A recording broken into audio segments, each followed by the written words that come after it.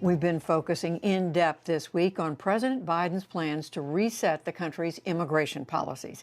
Tonight, we check in from Arizona, where communities already are feeling the effects of the new president's order to halt border wall construction. The wall's presence has had a profound impact. Its legacy, though, remains unclear. Amna Nawaz has our report. For 125 years, John Ladd's family has raised cattle in this corner of Arizona. 10 miles of his ranch run along the U.S.-Mexico border. For years, Ladd says, his work was made harder by the steady stream of migrants and smugglers he says regularly crossed here. They just cut all my fences, they cut my water lines, they chase cattle around. So there's an economic impact right there. I spend about 50% of my time checking fences and water lines.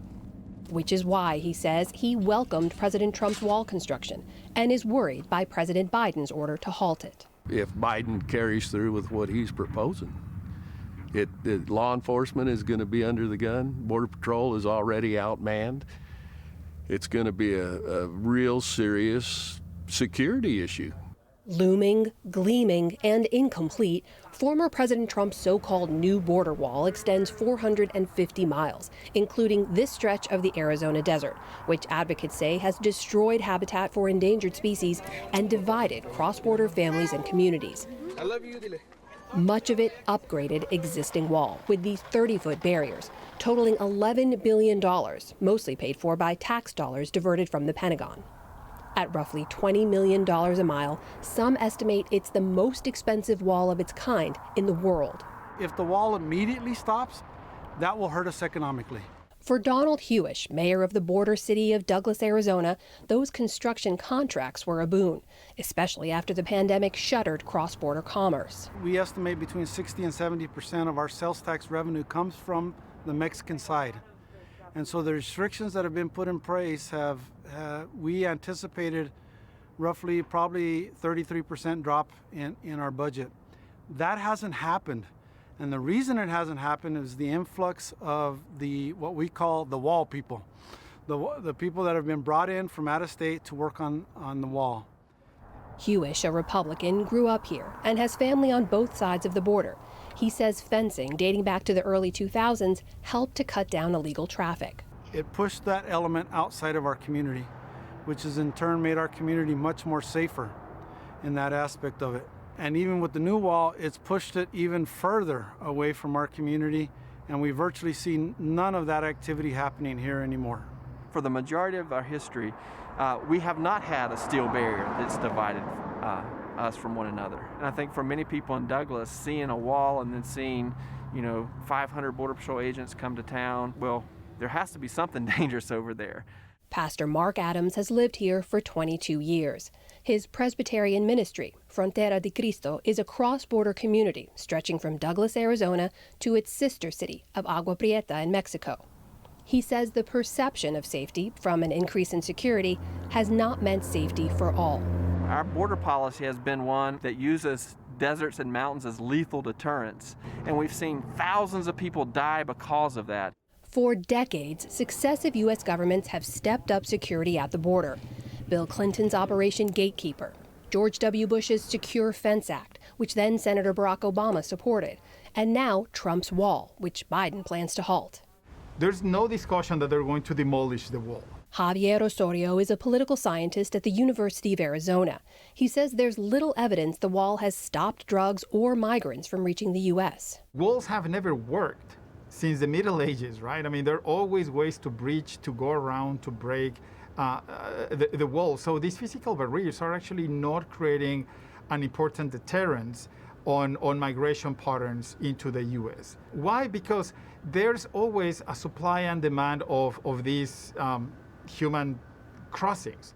Those crossings, Osorio says, continue.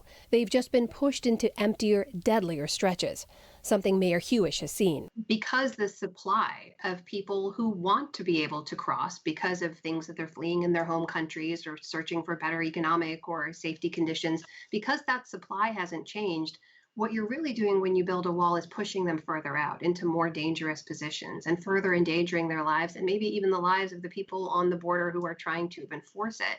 Do you worry about that at all? I do, and you're absolutely correct. And that's why I'm saying that the immigration laws need to change somehow. They need to be better set up that we can handle those situations. That if somebody has a legitimate reason why they need to be here or want to be here, desire to become an American citizen, then we should have a way that that can happen. And so they don't have to resort to these means of trying to get across illegally. Pastor Adams says U.S. laws greeting people are one challenge, the forces causing them to flee are another. This has been the biggest death year in over 10 years of people crossing the border. It just rerouted the traffic because we weren't dealing with the root causes of why people were migrating.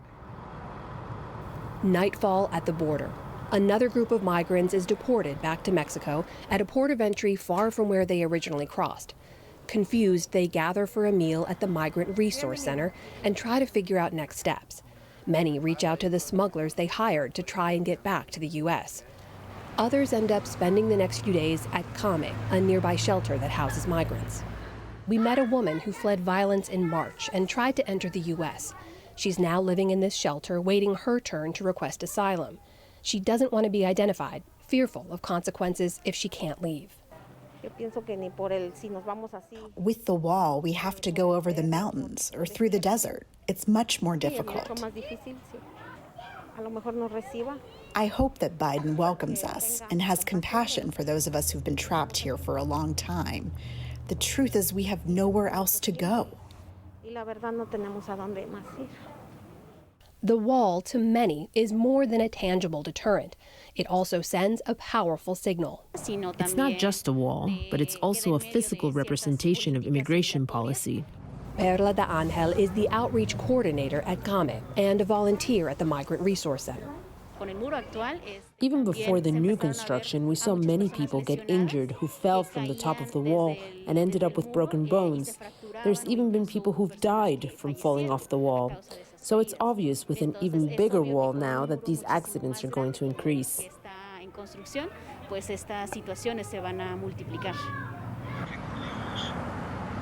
Every Tuesday for the last 20 years, faith leaders and congregants have gathered here on the U.S. side of the border to remember those who die making the brutal trek across this desert. During the pandemic, only a few gather in person, the rest on Zoom. A sister whose name is unknown to us, but known to God, who died on or around December the 10th. Pastor Adams shares their stories and notes that their lives, even across a border, are still part of the larger American story. You know, part of our mythology of the nation is, we're a nation of immigrants, and that's true. And at the same time, we're a nation that has typically always rejected the newest immigrants. For now, his community is divided by a wall, he says, but remains united in faith. For the PBS NewsHour, I'm Amna Nawaz.